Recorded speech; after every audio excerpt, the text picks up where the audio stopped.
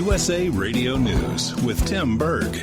Civil rights and immigration groups have filed a lawsuit challenging the Trump administration's new rules that could dramatically limit asylum claims by Central American migrants seeking to enter the United States. The suit, filed in a Northern California federal court on Tuesday, alleges the new asylum policy is an unlawful effort to significantly undermine, if not virtually repeal, the U.S. asylum system at the southern border. Speaking at the White House, the president does say the deportations that started over the weekend are going well. We are getting rid of thousands of people who are criminals. We're taking them out of the country. House Democrats voted along party lines to allow Democratic Speaker of the House Nancy Pelosi to refer to President Trump's tweets about minority Democratic lawmakers as racist, overriding House rules and GOP objections. And a 4.4 earthquake hit the San Francisco Bay Area this afternoon. This is USA Radio News. Federal prosecutors will not file civil rights charges against a New York City cop involved in the chokehold death of a man in 2014. USA Radio Network's Chris Barnes reports. The African-American man, Eric Garner, died after telling the cop that he was unable to breathe.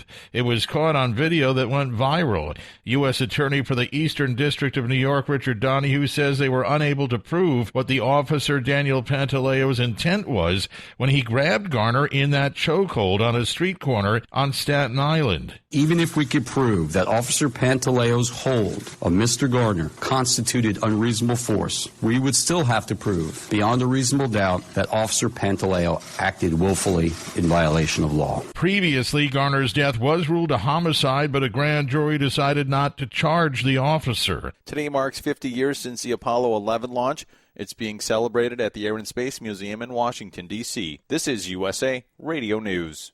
Amazon, Apple, Facebook, and Google are testifying before a House Judiciary Antitrust Subcommittee today. Now, although today's hearing will mainly deal with antitrust investigations, there's still a lot of questions surrounding these companies, including Facebook. Margaret O'Mara is a professor of history. She also writes in the tech industry, and I had a chance to chat with her about Facebook and how things really started and when they started really going sideways for Facebook. People did think Silicon Valley was going to change the world, that there was an app for that, that technology could be the fix for the things that we saw were wrong. Washington was dysfunctional. Well, let's get some, better technological know-how in there and let's fix these things. E-government, all that kind of stuff. And now the mood is very different.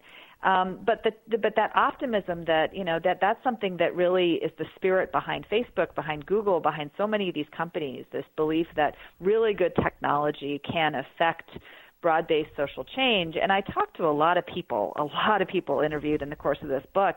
And when I talked to people who were there at the beginning of laying the ground rules for the Internet in the 1990s, when the Internet's first, the dot-com era, it's first commercializing, and they had successfully made the case to lawmakers ranging from Bill Clinton and Al Gore to Newt Gingrich that, hey, we should regulate ourselves. We're a new, young industry. You shouldn't restrict free speech. You shouldn't you should hold us harmless for what people do on our platform. For USA Radio News, I'm Tim Berg.